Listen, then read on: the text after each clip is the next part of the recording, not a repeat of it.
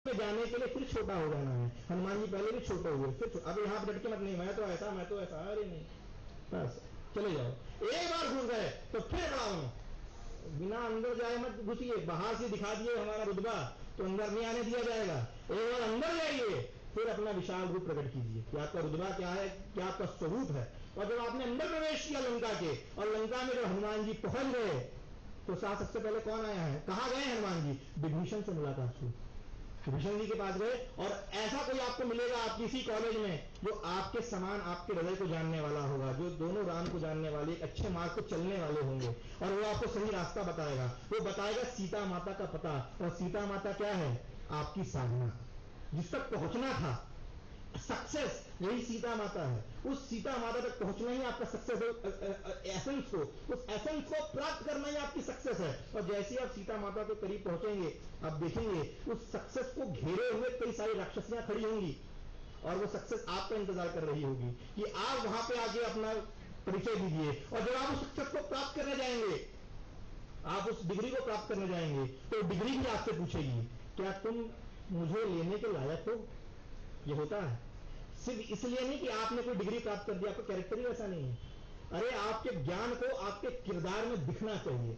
ज्ञान है और किरदार नहीं है, सब नर्थक। और किरदार है और ज्ञान थोड़ा कम है तो भी चल जाएगा, पर ज्ञान है और किरदार कुछ भी नहीं है तो कोई काम का नहीं। बिना कैरेक्टर का इंसान, मैं कहता हूं 0 सन्नाटा, कोई काम का ही नहीं है। और हनुमान जी जब पहुंचे तो सीता मैया ने ये पूछा है कि तुम तो इतने से हो, मुझे कैसे ले जाओगे, कैसे होगा युद्ध? तो तब हनुमान जी ने क्या किया है? विशाल रूप धारण किया, बड़ा स्वरूप धारण किया, कि विश्वास दिलाया कि हां, कि हम माता आपको यहां से लेके जाएंगे, तो विश्वास दिलाया है। तो ये आपको सक्सेस की यात्रा में, साधना तक पहुंचने की यात्रा, और जब वहां से निकलने का प्रयास करोगे सक्सेस को लेके, तो जब आपने उस डिग्री को, उस प्लेस को, उस अचीवमेंट को प्राप्त कर लिया, तो आपकी टांग खींचने वाले पहले खड़े हो जाएंगे, इसको कैसे मिला? और सबसे पहले आपके फ्रेंड्स खड़े होंगे। याद रखिएगा, बाहर वाला बाद में टांग खींचता है, पहले घर वाला खींचता है, क्योंकि नाभि में अमृत है, वो सिर्फ उसको मालूम है जो घर का है, और किसी को मालूम नहीं है। और टांग खींचने का मतलब ही ये होता है कि टांग खींचना चालू किया, उसका मतलब ही ये है कि सारे राक्षसों को भेज के बोला कि इसकी पूंछ में आग लगा दो। कहा है रावण ने कि पूंछ में, वानर की पूंछ में आग लगाओ। अब हनुमान जी ने आग लगाना चालू किया है पूरे लंका में, पर आग लगाने के लिए सामान भी तो आना पड़ेगा। और हनुमान जी ने कहा कि पूंछ बढ़ाना चालू किया। आप अपनी काबिलियत को बढ़ाते जाइए, बढ़ाते जाइए, लोग उसको लपेटने की प्रयास करते रहेंगे, उनका सामान खत्म हो जाए, पर आपकी काबिलियत, आपकी एफर्ट्स खत्म नहीं होनी चाहिए। आप, कहा जाता है, एक वाक्य है, आपकी पूंछ बड़ी है, सुना है कभी? हिंदी की कहावत है ये। पूंछ बड़ी का मतलब होता है आपका रुतबा बड़ा है। एक मूंछ बड़ी बोला जाता है और एक पूंछ बड़ी बोला जाता है, हिंदी में कहावत होती है। तो हनुमान जी ने पूंछ बड़ी करी, और पूंछ का मतलब होता है रुतबा। और जो रुतबा बढ़ना चालू हुआ, लोगों से सहन नहीं हुआ, ला रहे हैं तेल, ला रहे हैं घी, ला रहे हैं कपड़ा, ला रहे हैं, लपेटे जा रहे, लपेटे जा रहे, पूंछ पे लपेटे जा रहे। हनुमान जी की पूंछ रुकेगी ना, वो लंबी होती जा रही। और ये जितने लपेटने वाले, एक समय के बाद उनका कपड़ा, तेल, घी सब खत्म हो जाएगा। अगर आप अपनी लकीर को छोटा करने, दूसरे की लकीर को छोटा करने की बजाय अपनी लकीर को बड़ी करने का प्रयास करें, और पूंछ बढ़ती चली गई। और जैसे ही अंगार लगाया तो हनुमान जी ने सबको प्रसाद दिया, सबको, जिसने चंदा दिया था, सबके घर में ले जाके हनुमान जी ने बोले भैया इन लोगों ने चंदा दिया है, इसने चंदा दिया, इसने अच्छा घी लाया था, इसने तो बहुत सारा तेल लाया था, इसको अच्छा प्रसाद दो। ले जाके पहले उसके घर को फूका। अब विभीषण जी के घर के पास गए और बोले विभीषण जी के घर को क्यों नहीं जलाया? बोले किसने चंदा नहीं दिया उसको प्रसाद क्यों दूं? जो चंदा देगा उसी को प्रसाद मिलेगा, भाई किसने चंदा ही नहीं दिया इसको प्रसाद क्यों दूं? यानी जिसने गलत काम नहीं किया उसको कभी गलत नहीं होता, जिसने बिगाड़ा है उसका दुनिया गोल है। आज किसी के साथ अच्छा करो, आज नहीं होगा, आपको लगता है कि वो चली गई बात, साल 2 साल 3 साल, दुनिया गोल है। आज किया हो दोबारा तुम्हारे पास लौट के आएगा। गड्ढा खोदोगे, गड्ढों में गिरोगे, और किसी के लिए फूल बिछाओगे तो कोई तुम्हारे लिए फूल बिछाएगा। आज नहीं कल, कल नहीं परसों। ये दुनिया की रीत है, खाली नहीं जाती, ये आपको समझना होगा। और सब लंका को जलाकर, यानी उस सारी इंप्योरिटीज को जलाकर सोने को फिर पवित्र कर दिया। यानी उस आपकी उस डिग्री को, आपके उस एफर्ट को, आपकी उस पोजीशन को आपने प्योर किया। और सोना कभी जलता नहीं, वहां कैसे जल गया? सोना जलता है क्या? मेटल, आप तो साइंस पढ़ रहे हैं, क्या मेटल जलता है? कि पिघल सकता है मेटल, की हीट देंगे आपको मेटल पिघलेगा। लंका जली कैसे? क्योंकि लंका जली ही नहीं, जला है रावण का घमंड, जलता है इंप्योरिटीज, जलती है लोगों की महत्वाकांक्षा, जो झूठी महत्वाकांक्षा होती है, जो आपके अंदर नहीं आनी चाहिए, उसको मिटाकर दोबारा लौटे और राम जी के पास पहुंचकर उनको मुद्रिका चूड़ामणि दी है मां की, और यहां पे राम काज पूरा किया है। तो ये सुंदरकांड की कहानी से आपको यह समझाया कि आपकी यात्रा बहुत लंबी है, आपको ये पूरी करके वापस उसी जगह पे लौटना है जिस रूट पे आप खड़े हैं। अगर आपने रूट छोड़ के बोला मैं तो उड़ती हुई पतंग हूं जिसकी डोरी नहीं, तो वो कुछ देर तो हवा में उड़ेगी और फिर जैसी हवा खत्म, कीचड़ में आके किसी के कीचड़ में किसी के पैर में फंस जाएगी। और जिसकी मजबूत डोरी बंधी है उस जमीन के साथ, वो पतंग आसमान में गतियों के साथ उड़ेगी और थोड़ा बहुत कभी कभी पेंच लड़ाएगी और पेंच लड़ा के किसी को काटेगी और फिर भी आसमान में लहराती रहेगी। इसलिए अपनी रूट से, अपनी जड़ों से, अपने गांव से, अपने कस्बों से, अपने समाज से, अपनी भाषा से जुड़े रहिए। ये बाहरी आवरण, ये क्लब, ये भाषाई क्षेत्रवाद, ये जो आपको बाहरी दुनिया में सिटीज में आपको दिखता है, जिसको आपको होड़ लगती है कि ये मॉडिफिकेशन है, ये नवीनीकरण है, ये आपको भटकाने का प्रयास है साहब। और एक बात आप कहते हुए खत्म करने के लिए बढ़ूंगा बात को, अपनी बहनों से कहूंगा और आपसे कहूंगा, भाइयों मैं आपसे ज्यादा नहीं फिर भी 5-6 साल तो बड़ा हुई तो इतना समझा ही सकता हूं कि इस बात को समझिएगा। देखो एक सबसे बड़ा हिड्रेंस जो मैंने कहा आपको आता है, सुंदरकांड में भी आया, मैं उसको वहां नहीं इस्तेमाल किया, मैं यहां कर रहा हूं। एक सबसे बड़ा हिंड्रेंस ये आता है पढ़ाई के साथ, ये तो सब होता है जिसकी मैंने चर्चा किया, ड्रग्स हो गए, ड्रिंक्स हो गई, स्मोकिंग हो, ये सब चीजें अवेलेबल होती है। उससे भयंकर एक चीज अवेलेबल होती है, वो होती है रिलेशनशिप और सिचुएशनशिप। ये समझिएगा बात को। आज एक नया नाम निकला जिसको बोलते हैं सिचुएशनशिप। रिलेशनशिप तो जमाना गया, अब सिचुएशन आई है, और इस सबसे बचिए। क्योंकि आपको बोल रहा हूं, मेरी जितनी बहनें यहां बैठी हैं, जितनी लड़कियां यहां बैठी हैं, एक बात को ध्यान रखना बेटियों, बहनों, एक बात को ध्यान रखना, जो आपसे प्रेम करेगा, शब्द को ध्यान दीजिएगा, प्रेम शब्द का इस्तेमाल कर रहा हूं मैं, प्यार नहीं कह रहा।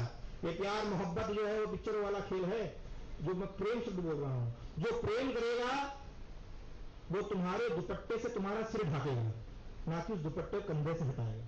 तो ध्यान दीजिएगा, समाज में उस दुपट्टे से तुम्हारा सिर ढाकने की जो हिम्मत रखता है वो तुम्हारा प्रेमी है, और जो सिर्फ कंधे से हटाना चाहता है वो सिर्फ एक वासना का पुजारी। इस बात को समझ जाइएगा, और इस बात को भाइयों भी समझ जाओ।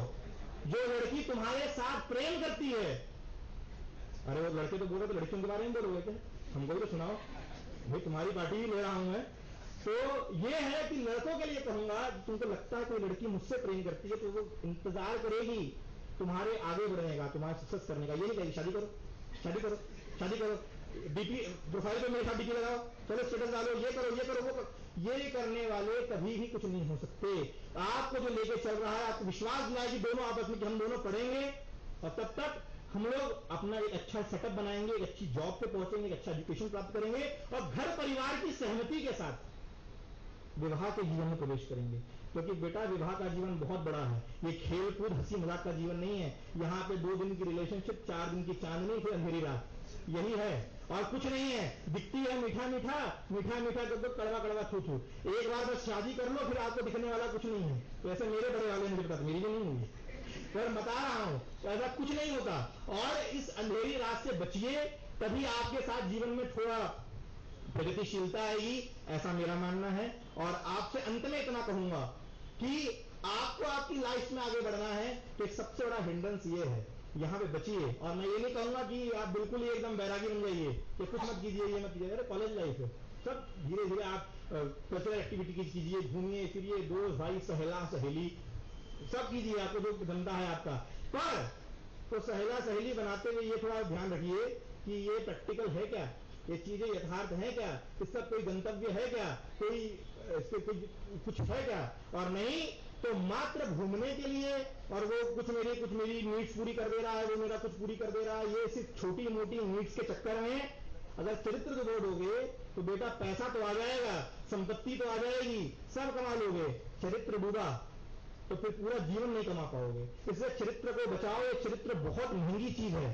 और बेटा मैं एक बात आपसे आखिरी में एक बात और बोल के जा रहा हूं अपनी बहनों से, यहां बैठे हर लड़के से पूछ लेना, वो कोई ऐसा लड़का यहां नहीं बैठा होगा जो ये बोलेगा कि मैं उस लड़की से शादी करने को तैयार हूं जिसके 2-3 जगह अफेयर रहे हो, तो तैयार हो तो बताइएगा, कोई नहीं मानेगा। और लड़की भी नहीं मानेगी, लड़की नहीं बोलेगी कि ये भी 2-3 जगह अफेयर क्या मैं शादी कर लूंगी, नहीं मानेंगे, बोलेंगे बाबा ये भी मेरे साथ अकेला, मैं भी इसके साथ अकेली, ऐसा व्यवहार चाहिए। पर लड़कों को आज चाहिए गर्लफ्रेंड और लड़कियों को चाहिए बॉयफ्रेंड। ये करते हुए आप खुद सोचिए कि आप जिस रिलेशन में जिस शादी में जाना चाहते हैं वहां आप उसको एक्सेप्ट नहीं करेंगे उस चीज को, और वहां पे आप बोलते हैं पुरानी चीजें हैं, और आपको इस समय पे वो चाहिए। तो सोचना ये होगा कि आपको लंबे चीज के लिए सोचना है कि छोटी चीज के लिए सोचना है, ये आप पे डिपेंड करता है। आपको शुभकामनाएं देते हुए इस बात की कि आपका भविष्य अग्रगण्य हो, आप एक अच्छे विद्यार्थी बने, कॉलेज में सब कुछ है, आप जो प्राप्त करना चाहे कॉलेज आपको दे सकती है। मुझे सब कुछ इसी कॉलेज से प्राप्त हुआ, लगभग नागपुर से लेके पूरे भारत की यूनिवर्सिटियों में भ्रमण हुआ, और उसके बाद इंटरनेशनल लेवल पर भी मैंने नागपुर यूनिवर्सिटी का प्रतिनिधित्व किया, वहां से फर्स्ट प्राइज आया। ये सब यात्रा शिवाजी साइंस कॉलेज और राष्ट्रसंत तुकडोजी महाराज नागपुर विश्वविद्यालय के कारण थी। विशाल खर्चवाल अगर यहाँ खड़ा है तो विशाल खर्चवाल बन के नहीं खड़ा है, वो शिवाजी साइंस कॉलेज का एक विद्यार्थी बनकर खड़ा है और राष्ट्रसंत तुकडोजी महाराज का विद्यार्थी और एक प्रतिनिधि बनकर खड़ा है। मेरा चरित्र निर्माण, मेरा व्यक्तित्व निर्माण इस कॉलेज ने किया, तो मैं इस कॉलेज का सदैव ऋणी रहूंगा सर। इससे मुक्त होना असंभव है। अगर कोई कहे कि आगे बढ़ने के बाद, कुछ प्राप्त करने के बाद अपनी जड़ों को भूल जाया जाए, तो उसको नमक हलाली कहा जाता है, गद्दारी कहा जाता है। और मैं कहूंगा कि मैं तो गद्दार नहीं, गर्व से कहता हूं कि मेरा जो कुछ है इस कॉलेज का दिया हुआ है, इस संस्था का दिया हुआ है, और मैं सदैव डॉक्टर भाऊ साहब पंजाबराव देशमुख का ऋणी रहूंगा, इस संस्था के लिए ऋणी रहूंगा, इस संस्था की सभ्यता और विचारता के ऋणी रहूंगा। ऐसा बोलते हुए अपनी बात को समाप्ति की ओर ले जाते हुए एक पंक्ति के साथ समाप्त करूंगा, एक पंक्ति के साथ समाप्त करूंगा। ये भारत वो है बेटा जहां रिलेशनशिप नहीं हुआ करते थे, यहां पे राम के लिए सीता और सीता के लिए राम हुआ करती थी, अखंड तपस्या होती थी, रुकते थे, इंतजार होता था। आज 2 दिन नहीं है तो तीसरे दिन किसी को पकड़ लिया, वो सिस्टम भारत का नहीं था। ये वो भारत था जिसपे 1000 साल लोगों ने हुकूमत करी है, राज किया है, और उसके बावजूद ये भारत की संस्कृति नहीं डूबी, इस भारत की सभ्यता नहीं डूबी। जानते हैं कारण क्या है? एक पंक्ति के साथ उस भारत के लिए जिसको बिगाड़ने के लिए सब डेटिंग एप्स, ये रिलेशनशिप, ये सब कुछ घटिया घटिया चीजें, ये ड्रग्स हमारे देश में घोला गया, उस भारत का याद दिलाता हूं जिस भारत को हमें प्राप्त करना है। कि यूनान, रोम, मिस्र सब मिट गए जहां से। यूनान एक देश है, यूनान, रोम, मिस्र सब मिट गए जहां से, बाकी अभी तलक है नामो निशा हमारा। अरे कुछ बात तो है हमने कि हस्ती मिटती नहीं हमारी, ये सदियों रहा है दुश्मन, ये दौरे जहां हमारा, सारे जहां से अच्छा हिंदुस्तान हमारा, हम बुल बुले हैं इसकी, ये गुलसिता हमारा। उस भारत के साथ जुड़िए जिस भारत की सभ्यता के लिए कहा गया है कि जहां पे हर नर में राम है और नारी में अभी तक सीता है। उस भाव को जागृत रखिए, अन्यथा जैसा हाल पश्चिमी देशों का हो चुका है हमारा ना हो जाए। इसी के लिए आपको कहूंगा, आपके अंदर इतना ही कहूंगा कि आप पढ़ाई कीजिए, चरित्र निर्माण कीजिए और आगे बढ़िए। इसी के साथ धन्यवाद।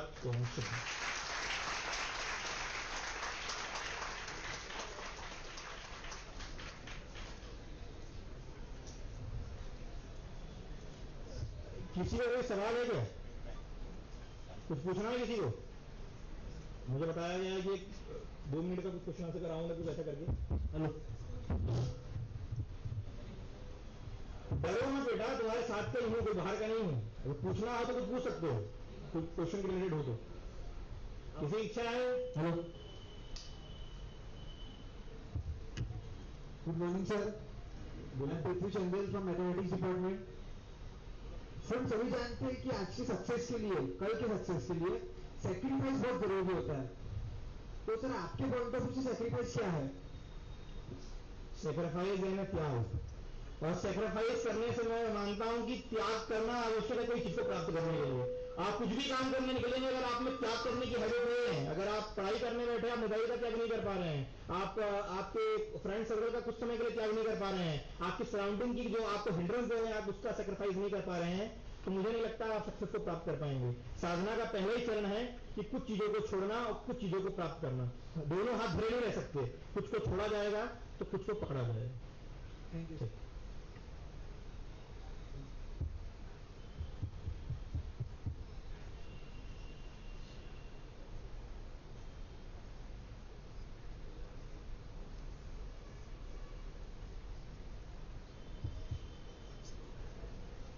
अरे शिवाजी साइंस कॉलेज में बुद्धिजीवी कम हो गए क्या? अरे हमारे टाइम पे तो हम यार मंच पे जो आते थे हम उनको गिने नहीं देते थे। हमारे टाइम पे एक स्टूडेंट इंडक्शन प्रोग्राम में एक सर आए थे, उन्होंने एक यहाँ पे पीपीटी दिखा रहे थे उस टाइम पे, पीपीटी पे सर उन्होंने, मैं यही बैठा था पीछे के टाइम, मुझे भी दिखाया है, उन्होंने एक श्लोक दिखाया उस पर और वो कोट किया था, ऋग्वेद का उन्होंने लिख दिया उस श्लोक को, उसके बाजू में लिख दिया ऋग्वेद। उनको लगा बच्चे तो हैं, ये क्या जानेंगे, हम तो पूरे वेद शास्त्र पढ़े हुए थे।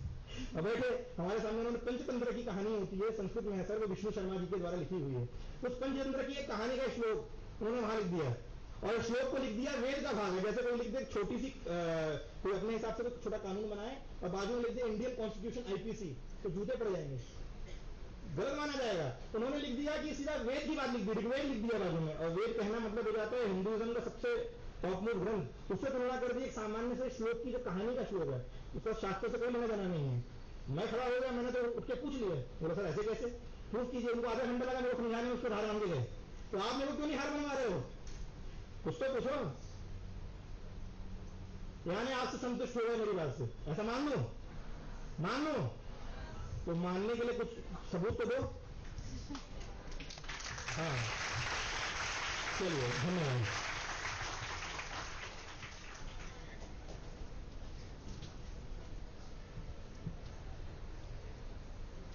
Thank you, Vishal, for your inspiring words. As we all know your journey, we have seen your journey, and we are proud of you. Our college is proud of you.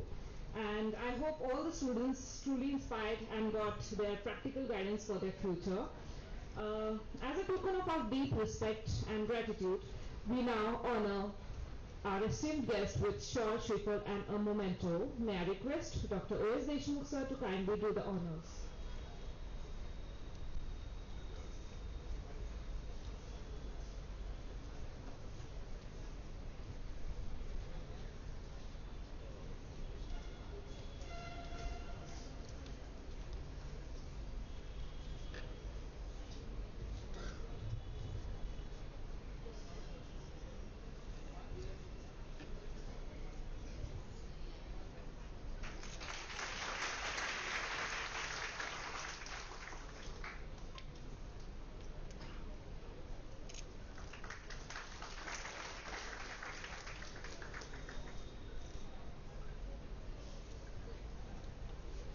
Thank you so much, sir and madam.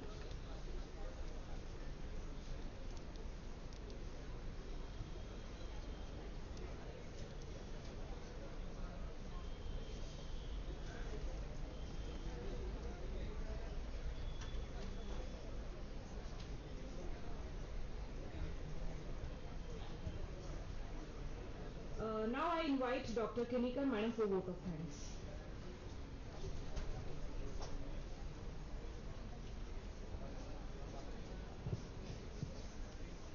Again, give a big round of applause to our bright and proud student, to Mr. Vishal Karekar. Thank you, Vishal, for sharing your experiences, insights, and wisdom with us. As we conclude today's event, I would like to express our heartfelt gratitude to our distinguished alumni for joining with us. Your presence has enriched this event, and we are grateful for the opportunity to reconnect and celebrate your achievements. We wish you all the best for your future endeavor. Thank you.